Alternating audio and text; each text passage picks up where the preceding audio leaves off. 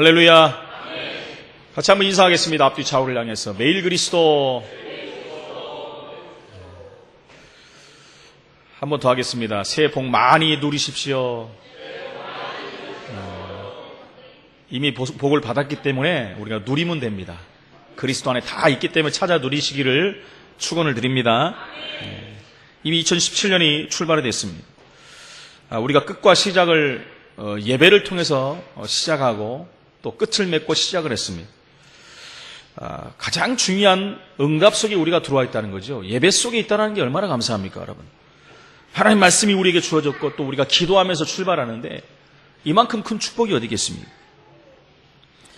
2016년은 이미 이제 지나갔습니다. 우리의 기억 속에서 멀어지겠죠. 성경은 분명히 이렇게 얘기합니다. 이전 일을 기억하지 말고 옛날 일을 생각하지 말라. 여러분, 왜 그러겠습니까? 이전 일을 기억하고 생각하지 말라는 이유는 거기에 매여 있기 때문에 그렇습니다. 뭐 좋은 것 생각하는 건 괜찮은데 좀 안 좋은 것들은 기억에서도 잘 지워지지 않고 그것 때문에 또 힘들어하기도 하고 그것 때문에 앞으로 나가는데 지장이 되기 때문에 좀 심하면은 그것 때문에 정신적인 어려움도 오기 때문에 기억하지 말고 생각하지 말라는 거예요. 사실은 우리가 기억해야 되겠죠. 생각하고 다시는 그런 일을 당하지 않고 앞으로 나갈 수 있는 발판이 돼야 되는 것이 맞는 것입니다. 여러분, 우리가 6.25 동란이라든가 일제 36년의 역사를 기억하지 않는다면 어떻게 올바른 미래로 우리나라를 이끌어갈 수가 있겠습니까? 근데 거기에 빠져가지고 왜 그랬을까 하고만 있다면은 하나님의 큰 응답을 받을 수가 없다는 거예요. 그래서 기억하지 말고 생각하지 말라. 왜 그렇습니까? 더 어마어마한 응답이 기다리고 있기 때문에 그래요. 보라, 내가 새 일을 행하리니 그랬어요. 새 일을 하나님께서 행한다고 말씀합니다. 우리 모든 개인과 가정, 교회, 이 모든 것들 그리스도 안에서 우리는 이제 바꿔가야 됩니다. 각인, 뿌리, 체질된 것 바꿔야 됩니다. 어떻게 해요? 21가지 그리스도 안에서 집중해서 바꿔야 됩니다. 치유받고 회복돼야 됩니다. 왜요? 미래에 우리는 반드시 해야 될 일들이 있기 때문에 그렇죠. 옛날에는 한 마을이 10년만 지나면 길도 바뀌고 다 바뀝니다. 그죠? 요즘에는 1년도 아니고 몇 달 만에 싹 바뀌어버려요. 그래서 오랜만에 안 가본 길을 가보면 동네가 싹 바뀌어 있어요. 길도 바뀌고. 막 운전하기 어쩔 때는 힘들 때도 있습니다. 분명히 이쪽이었는데 그쪽이 없어져 버려요. 건물이 있었는데 건물도 없어져 버리고. 우리 동네도 지금 그림이 계속 바뀌지 않습니까? 오랜만에 여기 온다 그러면 여기가 어디지 하고 착각할 수 있는 사람들도 있을 것입니다. 급변하는 시대를 살고 있습니다. 여러분, 길도 바뀌고 과학 문명도 바뀌고 거기에 따라 사람들의 가치관도 바뀌고 모든 것이 다 바뀌어갑니다. 근데 문제는 뭐냐? 신앙도 바뀐다는 거죠. 바뀌지 않아야 될 것들이, 근본적인 것들이 바뀌기 시작하니까 모든 것이 발전하고 바뀌지만 더 큰 어려움 속에 들어갈 수밖에 없다는 것입니다. 이런 영적 문제, 정신 문제도 여러분 심각하게 빠르게 발전돼 가고 있습니다. 또 깊어지고 있고 갈수록 힘든 시대를 살고 있다는 것입니다. 성공한 사람일수록, 지위가 높아질수록, 대도시일수록 이런 부분들이 더 빨라지고 있다는 것입니다. 이런 속에서 우리는 오늘 또 말씀을 통해서 다윗이 어떻게 그런 속에서 승리할 수 있었나 우리는 또 보고 모델을 삼고 2017년에 또 그런 속에서 응답받는 자로 세워져야 될 줄로 믿습니다. 그러기 위해서는 첫 번째, 여러분, 내 자신을 정확히 알아야 됩니다. 그죠? 객관적인 나를 발견하라. 제가 요즘에 계속 말씀드리죠. 객관적인 자아를 발견하라. 여러분, 성경 속에 자기 자신을 발견한 자는 하나같이 다 성공한 자가 됐습니다. 안다고 하지만 자신을 모릅니다, 여러분. 내가 창세기 3장에 있었던 사실들 모르는 사람들이 허다합니다, 여러분. 지금도 내가 이런 부분들을 모르고 신앙생활하는 사람들이 너무나 많다는 것입니다. 내 자신을 안다는 것은 이미 성공자의 축복 속에 들어와 있는 것 같습니다. 여러분, 우리 일상을 이렇게 사진으로 찍는다든가 또 영상으로 이렇게 남긴다든가 아니면 음성만 이렇게 들려준다든가 저는 제 설교를 거의 안 듣습니다, 여러분. 옛날에 들었는데 들으면 신경질 나요. 저걸 설교라고 하고 있냐? 저 목소리가 왜 저래? 왜 이렇게 막 열을 내지? 그러니까 이게 듣고 이렇게 바꿔가야 되는데 들으면 막 이상해요. 막 나 아닌 것 같고 다른 사람 같고 왜 저 인간이 저기서 저렇게 하고 있지? 여러분 내가 하는 것과 직접 내 모습을 듣고 보는 것은 완전히 틀립니다, 여러분. 한 번씩 우리가 한번 봐야 돼요. 내가 기도하는 모습도 봐야 됩니다, 여러분. 내가 기도를 어떻게 하고 있는가? 그죠? 내가 이런 부분들도 한 번씩은 확인해 볼 필요가 있다는 것입니다. 그래서 우리가 했던 것들 사진, 영상, 음상들 찍어놓고 돌아본다면 내가 막 무심코 뱉은 말들도 있을 겁니다. 여러분 의식 안 하고 이렇게 찍어놓는단 말입니다. 무심코 뱉은 말들, 내가 왜 저런 말을 했을까? 내가 왜 저런 행동을 취했을까? 이런 것들이 있다는 것입니다. 생각하지 않고 조율하지 않고 막 튀어나와서 상대방을 힘들게 만들었던 그런 말들 다 보일 수 있는 것입니다. 그래서 여러분 내 자신을 돌아보는 것이 굉장히 중요해요. 내 자신을 객관적으로 보는 건 너무너무 중요합니다, 여러분. 치유의 굉장한 키가 될 수 있어요. 나를 본다는 게. 근데 중요한 것은 내가 안 보인다는 것이죠. 내가 나를 볼 수가 없는 그런 상태 속에 산다는 것입니다. 여러분 솔직한 나를 발견해야 돼요. 내가 나를 본다는 건 솔직해질 수가 있는 것입니다. 어제도 말씀드렸지 않습니까? 거울 속에 있는 내 눈 속을 보면서 질문하시라니까요. 수고했다 하고 격려도 하고 그리고 정말 그 눈 속에 있는 나를 봐야 돼요, 여러분. 그럴 때 우리는 양심적으로 하나님 앞에 설 수 있는 것입니다. 그래서 각인 뿌리 체질 잘못된 것들 찾아내는 거예요. 하나씩 찾아내서 치유해 가는 것입니다. 우리는 시편을 통해서 다윗의 그 일상의 모습, 인생 전체의 모습을 우리는 볼 수가 있는 것입니다. 자주 말씀드린 부분 아니겠습니까? 시편 78편에 또 사무엘상 18장에 보면 다윗이 어렸을 때의 모습이 나옵니다. 간단히 말하면 기도에서 응답받는 비결이 있었다는 것입니다. 이 비결을 우리의 렘넌트들에게, 후대들에게 우리가 전달해 줘야 돼요. 어렸을 때부터 다윗이 기도했던 그 모습들, 응답받았던 그 증거들을 우리가 보여줘야 된다는 것입니다. 그 어렸을 때 여러분 소년 시절에 17장에 보니까, 사무엘상 17장에 보니까 골리앗과 싸우는 장면들이 나옵니다. 옛날 이야기가 아닙니다, 여러분. 꾸며낸 소설이 아니라는 거예요. 실제 있었던 성경의 말씀입니다. 여러분 한번 이 모습들을 우리가 이렇게 상상을 한번 해보세요. 소년 다윗의 모습과 그 앞에 있는 기골이 장대한 그 골리앗의 모습을 한번 우리 볼 필요도 있다는 것입니다. 여러분 우리 지금으로 말하면 우리 학생들이거든요. 학생들. 그 연약한 학생이 지금 전쟁터, 최고의 전쟁터에서 생명을 내놓은 상태 아닙니까? 거기 나간다는 것은. 그 앞에 섰다라는 거예요. 봐야 됩니다, 여러분, 다윗의 모습을. 시편 23편에 보니까 청년 시절에 다윗이 나옵니다. 시편 23편은 시편 전체를 보면서도 가장 대표적인 시라고 볼 수 있습니다. 다윗이 임금되기 전에 청년 시절에 고난당한 최고 많은 부분들이 청년 시절에 나오지 않습니까?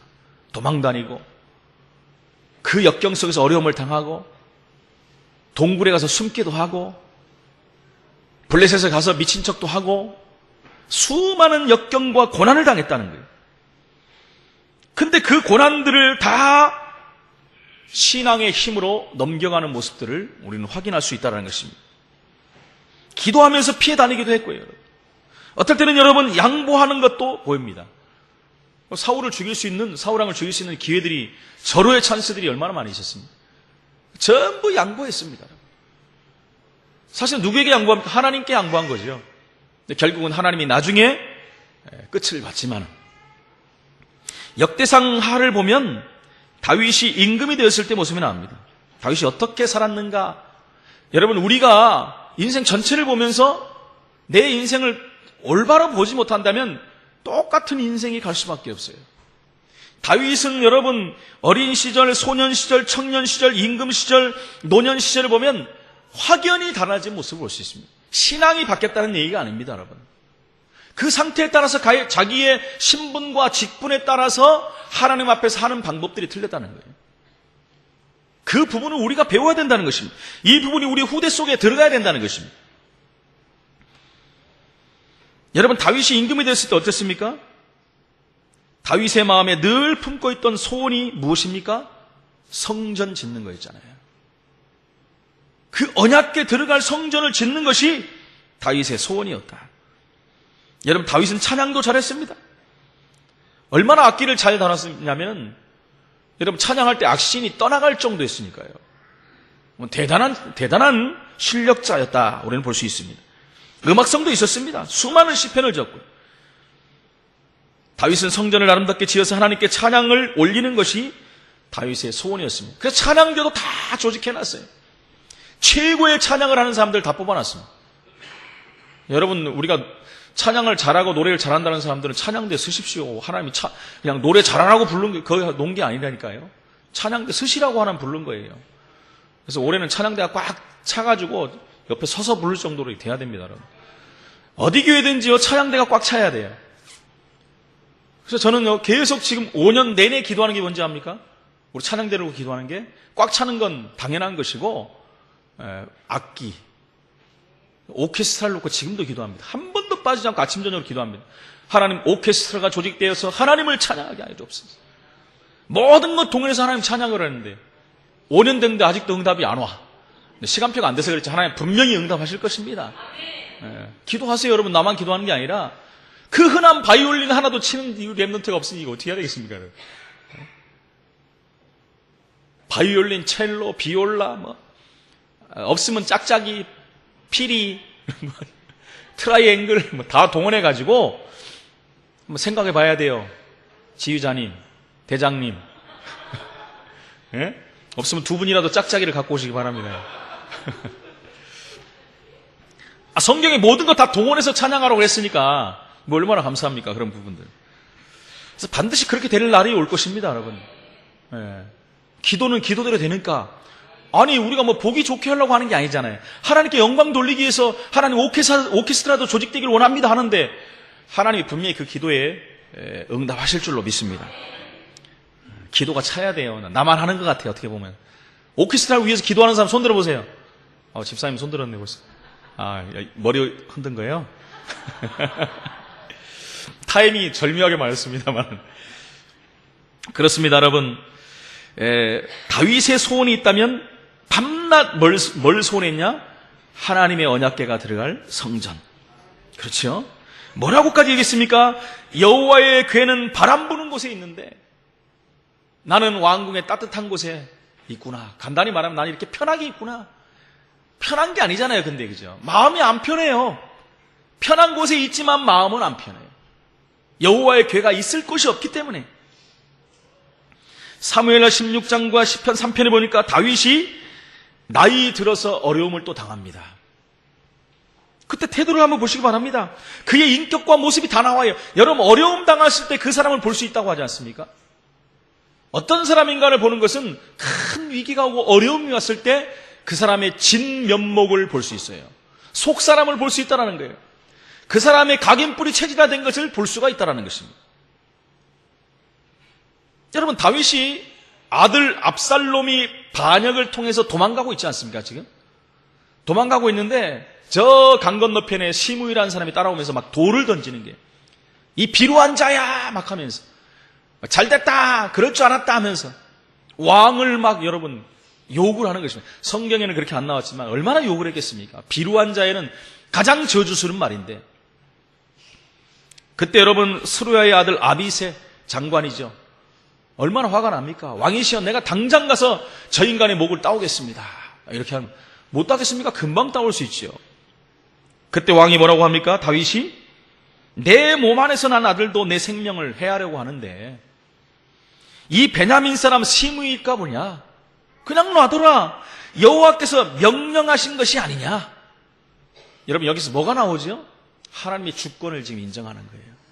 대단한 신앙 아닙니까? 가장 위기 속에서 그의 신앙이 지금 나오는 거예요. 그의 속사람이 보여지는 것입니다. 각인되고 뿌리 내리고 체질된 것이 나오는 거예요. 우리 같으면 열받아갖고 저 같으면 당장 가서 목을 갖고 와라. 목도 갖고 다리도 갖고 손도 갖고 와라.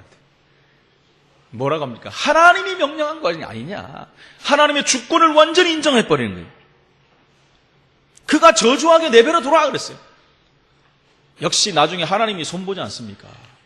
하나님이 손보시는 게 훨씬 빠릅니다, 여러분. 내가 하려고 하면 힘들어요. 하나님이 손보시게 놔둬라! 그러겠습니까? 그건 아니지만 하나님의 주권을 인정하는 신앙을 우리는 그 마지막 때 또 보는 것입니다. 여러분, 시편 전체 속에서 나타나는 주제가 뭡니까? 간단히 말하면 무엇을 보느냐예요. 다윗을 보면은 무엇을 보느냐? 고난과 핍박 속에 하나님의 계획을 봤다는 거예요. 그러니까 축복받을 수밖에 없죠. 그리고 무엇을 가지고 있는가? 다윗은 뭘 갖고 있습니까, 여러분? 하나님의 언약을 갖고 있는 사람이에요. 미래에 되어질 그 언약을 붙잡고 있는 사람이에요. 그럼 어떻게 살 것입니까, 여러분? 믿음으로 사는 거죠.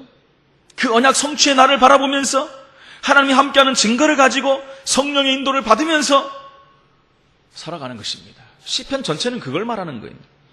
근데 대다수의 많은 사람들 시작부터 실패를 하잖아요. 고난 핍박이 오면 인본주의 쓰다 불신앙하다 무너져 버리잖아요. 다윗은 그러지 않았어요. 그 속에서 더 큰 하나님의 계획을 발견한 것입니다.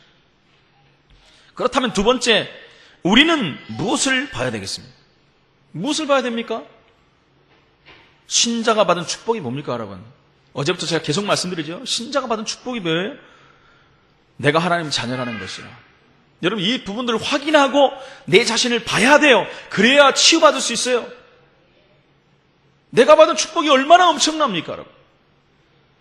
고린도전서 3장 16절에 보니까 우리 몸을 성전 삼고 계시겠다 그랬어요. 너희가 하나님의 성전인 것과 하나님의 성령이 너희 안에 계시는데 왜 헷갈리고 있느냐, 이 고린도 교회 성도들아 하고 바울이 책망하는 얘기입니다. 지금 요한복음 14장 16절 17절에 보니까 내가 네 속에 너와 함께 영원토록 있겠다. 완벽한 구원입니다, 여러분. 그런 나예요, 그런 나.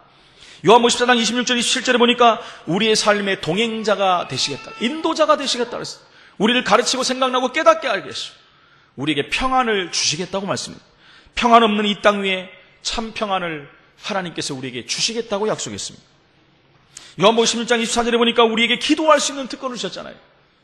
지금까지는 너희가 내 이름으로 구하지 아니하였으나 구하라 그리하면 받으리니 너희 기쁨이 충만하리라. 여러분, 이런 나를 봐야 돼요. 하나하나 보면 내가 받은 축복이 얼마나 큽니까? 계시록 8장 3절 5절에 하나님은 구원 얻은 하나님의 백성들에게 천사를 보내서 도와주신다 그랬어요. 누가복음 10장 19절에 보니까 사단을 꺾을 수 있는 권세를 우리에게 주셨습니다. 두려울 게 없잖아요. 완벽한 구원과 축복. 확인하세요, 여러분. 이거 놓고 계속 집중해 보세요, 여러분. 내 안에 있는 불신앙 다 떠나갑니다. 각인뿌리, 체질, 잘못된 것들 나올 수가 없다니까, 여러분. 내가 받은 게 얼마나 큰데요. 빌립보 3장 20절에 또 나오잖아요. 우리의 시민권이 하늘에 있는데요. 그렇죠? 우리의 시민권이 하늘에 있다는 건 다 끝났다는 거예요. 보장이 됐다는 거예요. 미래까지 끝났다는 거 아니겠습니까? 그리고 이 땅에 있는 날 우리는 마태복음 28장 16절 20절에 제자로 세계를 정복하는 증인으로 세워졌다는 것이에요. 이런 나를 확인하시는 거예요. 이런 나를 보라는 겁니다. 늘 고통 속에 있는 것만 보지 마시고 그것도 하나님의 계획이고 그러면서 나를 보라는 거예요. 나를. 내가 누구냐? 여러분, 불신자가 받는 고통을 알지 않습니까? 종교생활하는 신자들이 계속 실패하는 이유를 알지 않습니까? 누구도 여기서 빠져나올 수 없습니다. 빠져나오게 할 자도 없습니다. 방법이 없어요. 틀과 올무와 함정에 갇혀있고 묶여있기 때문에 나올 수가 없고 빼올 수가 없어요. 여러분, 시작부터 사단에게 장악되어 있지 않습니까? 요한복음 8장 44절. 신분이 여러분 너희 합이 마귀. 무서운 말이잖아요. 본질상 진노의 자녀. 본질이 망한다는 것입니다. 갖고 이루고 다 했는데 망해버려요. 다 쌓았는데 망해버려요. 왜 망한지도 몰라요. 문제는 왜 망했는지 몰라요. 그러니까 더욱더 방황하는 거예요, 여러분.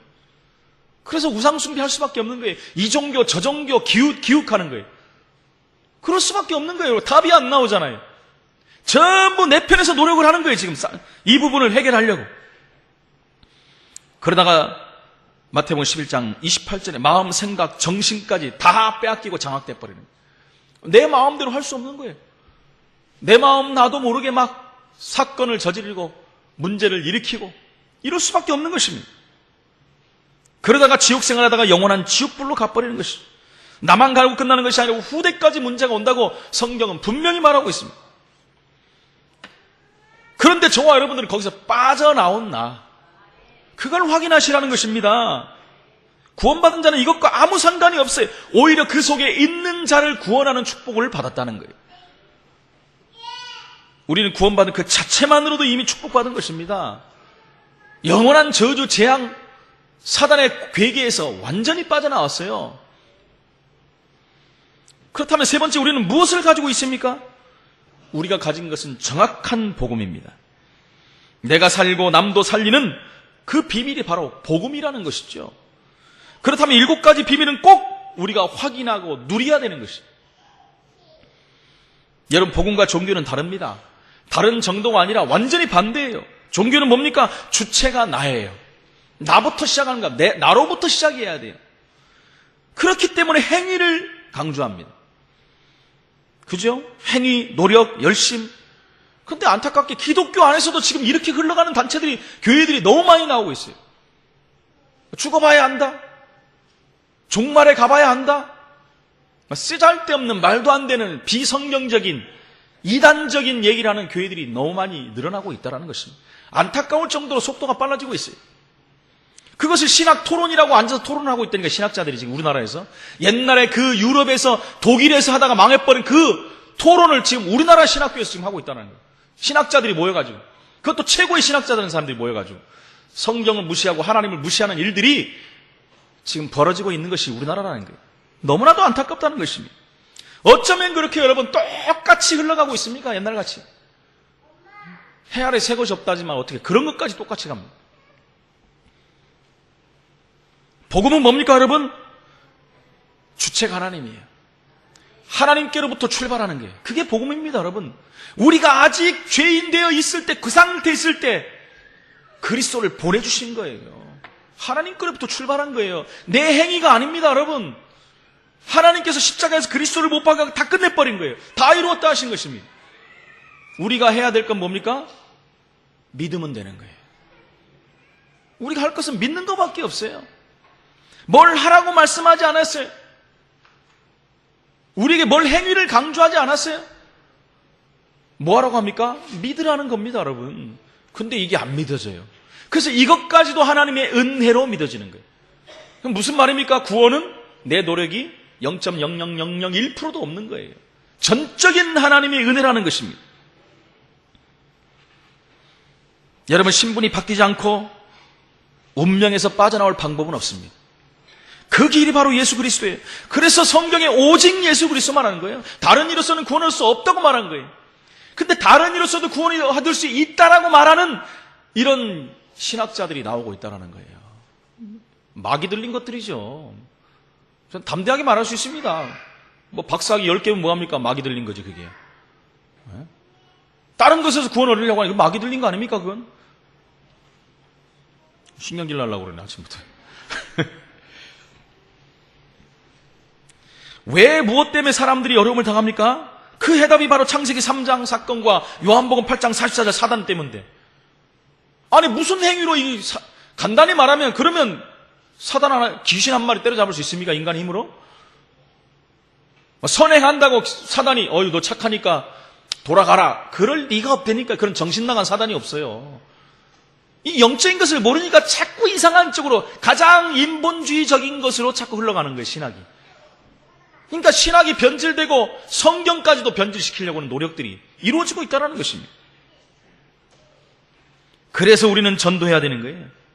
그것 때문에 우리는 살아야 되고, 그것 때문에 돈도 벌어야 되고, 그것 때문에 건강도 가져야 되는 거예요. 그래서 우리가 전도 하나 제대로 깨달으면 그건 영원한 축복을 받는 거예요. 그렇잖아요. 영원히 하늘의 별과 같이 비치리라. 영원토록 비치리라. 할렐루야. 우리 성공하는 비밀이 있지 않습니까? 바로 성경적으로 사는 것. 어떻게 성공합니까? 성경적인 전도운동 하는 거예요. 마가다락방에서 로마 정복까지 완벽한 성경적인 전도운동을 통해서 세계의 정복의 비밀이 다 나와 있잖아요. 사업과 사회, 생활 성공 다 이 안에 다 들어있는 거예요, 여러분. 여기에 따르는 많은 응답과 축복을 우리는 놓치지 말아야 됩니다. 하나님이 다 주신 거예요. 그래서 뭐 달라고 하지 마세요. 이 안에 있는 걸 찾으려니까요. 지난주 말씀한 것 같이 그리스도 안에 다 숨겨놨어요. 감춰놨어요. 찾아내면 되는 거예요.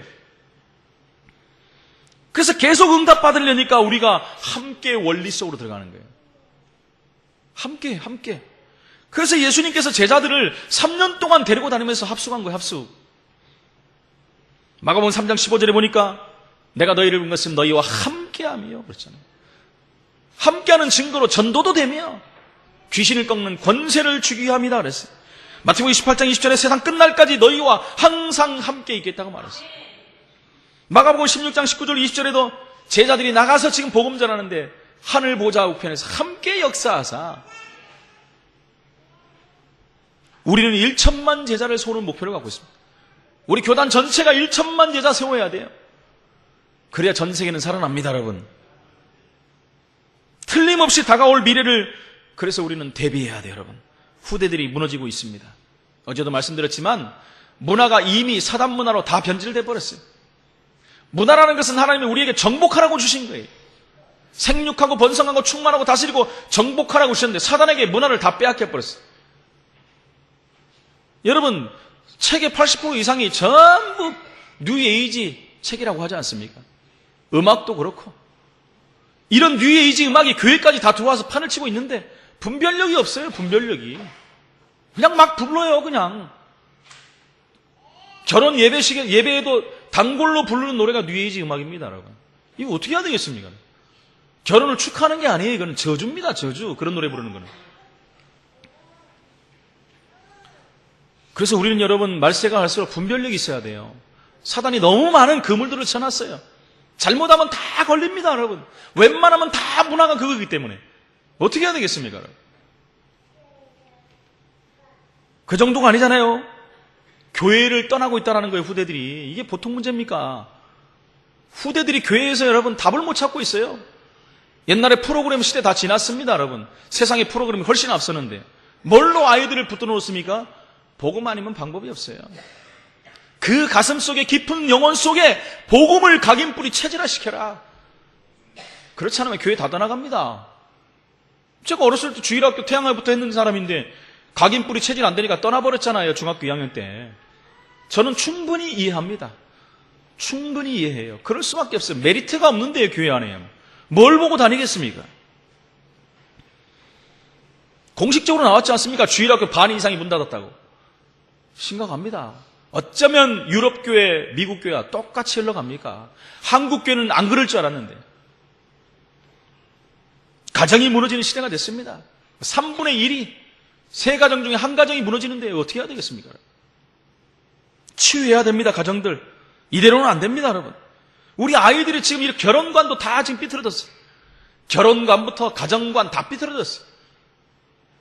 그래서 요즘에 결혼을 왜 해야 되느냐 아이들이 계속 들어가고 있습니다. 얼마나 축복받은 이 커플들이 지금 앞에 맨 앞에 앉아서 다 예배드리 내년이면 또 여기도 하나 안고 또 드릴 거 아니에요. 네? 저 집은 이제 둘, 저 집은 셋, 이제 집은 하나만 안 해요? 쌍둥이요? 이게 얼마나 축복입니까, 여러분? 할렐루야. 올바른 결혼관이 요즘 청년들에게 없어요. 결혼 안 하는 것이 훨씬 더 전부 육신적으로. 성경을 몰라요. 성경은 뭡니까? 생육하고 번성하고 충만하고 다스리고 정복하라. 이것을요, 여러분, 모슬렘이 실현하고 있다니까요. 그들은 평균 5명이에요. 가만히 있어도 정복되는 거예요, 여러분. 어떻게 해야 되겠습니까, 여러분? 우린 죽으라고 가서 전도해야 되는데, 그래도 하나 될까 말, 거기는 가만히 앉아 5명씩. 5명만 됩니까? 부인도 한둘이 아니잖아요. 우리나라까지 와갖고 또 우리나라 부인 만들어 또 해놨고. 요대로 그대로 가면 그냥 모슬렘 다 돼버리는 거예요, 전 세계는. 성경대로 안 산 결과들이 지금 나타나고 있다는 것이죠. 여러분, 문화가 전부 바뀌어버렸기 때문에 문화사역의 축복을 누려야 됩니다. 그래서 문화센터 놓고 우리가 기도하는 거예요. 당연히 해야 될 일입니다. 엘리트들도 무너지고 있습니다, 여러분. 엘리트가 방황하고 있어요. 여러분, 엘리트가 방황하면 큰 사고를 친다니까요. 우리나라 지금 보세요. 나라 전체 문제가 버렸잖아요. 엘리트들이 방황해버리니까. 방법이 없어요, 방법이. 그리고 경제가 흑암경제로 다 빠져버렸어요. 다 빼앗겨버렸어요. 우리는 복음경제, 세계문화 경제 찾아내야 돼요. 반드시 찾아내야 됩니다. 크게 아멘 하십시오. 경제 찾으려는데 여러분. 2017년에는 전부 응답 받으시기 바랍니다. 작년에 우리 교회 집 사신 분들이 얼마나 많은지 압니까 여러분? 하나도 안 놀라시네. 제가 알기로도 5가정 이상 돼요. 집 사신 분이. 올해는 한 10가정 되시기 바랍니다. 다 집 있는 것 같은데 요즘 몇 가정 남았나? 그거부터 좀 파악을 해봐야 되겠습니다. 본격적으로 기도하기. 여러분 집 사니까 좋다가 아닙니다. 분명한 목적이 있어야 돼요. 미션홈의 축복 누려야 됩니다.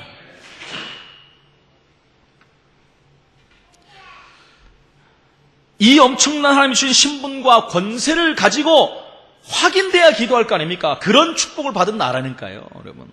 그럼 삶의 방법과 방향이 나오지 않습니까? 결론을 말씀드립니다. 우리는 하나님 앞에서 해야 돼요. 그러면 끝납니다, 여러분. 모든 것 하나님 앞에서 코람데오.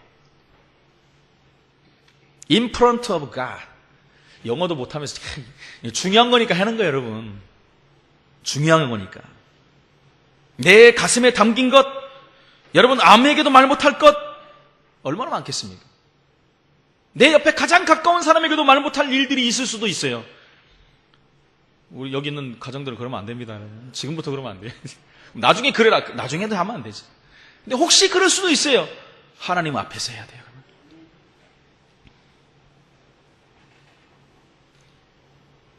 우리가 또 충격적인 일을 겪을 수도 있습니다. 살다 보면 다 말 못할 걸 얼마나 많습니까?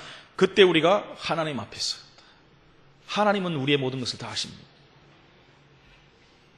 나의 지난 과거, 받을 미래 문제 다 하나님 앞에서. 그리고 우리는 새롭게 시작해야 돼요. 할렐루야. 사람 앞에 서면 안 됩니다, 여러분. 하나님 앞에 서면 될 수 있는 것이. 예수 십자가의 사건으로 하나님께 직접 고할 수 있는 길이 열렸잖아요. 다 이루었다. 성전 휘장이 위에서부터 밑에까지 다 찢어졌어요. 대제사장만 들어갔는데 이제는 누구나 들어와서 하나님 만나는 거예요. 하나님 만나는 길이 열렸어요. 그러니까 하나님 앞에 우리는 가면 됩니다. 천주교 사람들은 못 가요, 여러분. 하나님 앞에 가지는 못해요. 신부한테 가서 다 고해야 돼요. 미주알, 고주알 다 하면서도 얼마나 괴롭겠습니까? 더 괴로운 사람이 누군지 압니까? 신부. 남의 비리를 다 틀어대니 미치겠는 게 이게. 그래서 알코올 중독 걸리는 신부들이 그렇게 많이 나오는 거예요. 여러분 다 알고 있는데 말은 하고 싶은데 미치겠는 거야 이게. 말은 못하고 그냥 술로 달래는 거예요. 달래다 보니까 중독 걸려버렸어요. 비틀거리면서 앞에서 하나님 이름 부르고. 심각합니다, 여러분. 무슨 여러분, 그래도 그들은 말하죠. 자기들은 중보자라고. 중보자가 왜 신부입니까? 예수 그리스도지. 성경을 모르니까 전부 다른 쪽으로 가는 거예요. 그러니까 여러분, 천주교 신자들은 뭐 지위 고하를 막론하고 다 가서 고해성사를 해야 되기 때문에 신부 앞에서는 그냥 거의 신 존재입니다. 슬슬 피해 다녀요. 말 안 들으면 확 이거거든요, 지금. 그러니까 정치인들도 꼼짝 못 합니다, 여러분, 신부 앞에서. 그 높은 사람들도 신부 앞에서 다 얘기했거든요. 그냥 말을 못 하는 거예요. 우리는 하나님 앞에, 할렐루야. 말하는데 하나님이 뭐라고 합니까, 여러분? 말 안 하잖아요. 하나님 누구한테 뭐 세상 말로 꼰질릅니까? 말 안 하잖아요, 그죠? 마음껏 얘기하시면 돼요, 우리 하나님 앞에. 뭐 시커먼 거 들어가가지고 그냥 비밀을 말하고. 이게 뭡니까? 그것부터 잘못된 거잖아요. 담대하게 하나님 앞에서 다 기도하면서 다 내려놓고 어떤 잘못도 어떤 기도도 하나님은 들으실 줄로 믿습니다. 다시 한번 말씀드립니다. 여러분, 우리는 참으로 기도 응답 받을 수 있습니까? 있습니다, 여러분. 그것이 바로 무엇을 보는가입니다. 그리고 나를 보는 거예요. 이 눈을 뜨고 전 세계를 보고 우리 지역을 보시기를 예수 이름으로 축원을 드립니다. 보는 눈이 있어야 되지 않겠습니까? 이걸 못 보는데 어떻게 올바른 정치가 될 수 있겠냐는 거예요. 이걸 못 보는데 어떻게 어떤 경제 활동을 할 수가 있느냐는 거예요. 그러니까 이걸 못 보고 정치를 하니까 계속 문제가 올 수밖에 없다는 것이죠. 여러분, 저와 여러분들은 하나님 앞에서 나를 내려놓고 2017년을 출발하기를 바랍니다. 시작을 하나님 앞에서, 시작을 하나님 앞에 한다는 것은 복음으로 하는 걸 말하는 것입니다. 그때 치유되고 회복되고 응답받고 정복의 자리에 설 수가 있는 것입니다. 이때 각인 뿌리 체질이 바뀔 수 있는 것입니다. 하나님이 복음으로 우리를 각인뿌리 체질을 바꾼다면 하나님은 누굴 쓰겠습니까? 쓸 수밖에 없지, 우리를. 맞습니까? 하나님께 쓰임받는 큰 그릇으로 준비되는, 어제 말씀드린 같이 그 축복을 누리시기를 예수 이름으로 축원을 드립니다. 살아계신 하나님 은혜를 감사합니다. 하나님 앞에서 2017년을 출발할 수 있도록 은혜를 주신 하나님께 감사를 드립니다. 무엇을 보고 어떻게 보며 무엇을 해야 되는지 답이 안 나온다면 2017년은 또 그냥 지나갈 수밖에 없는데, 분명한 응답과 축복을 받으며 최고의 자리에 응답의 자리에 서는 2017년이 될 수 있도록 시작이 응답의 시작이 되게 하여 주옵소서. 예수 그리스도 이름으로 기도합나이다. 아멘.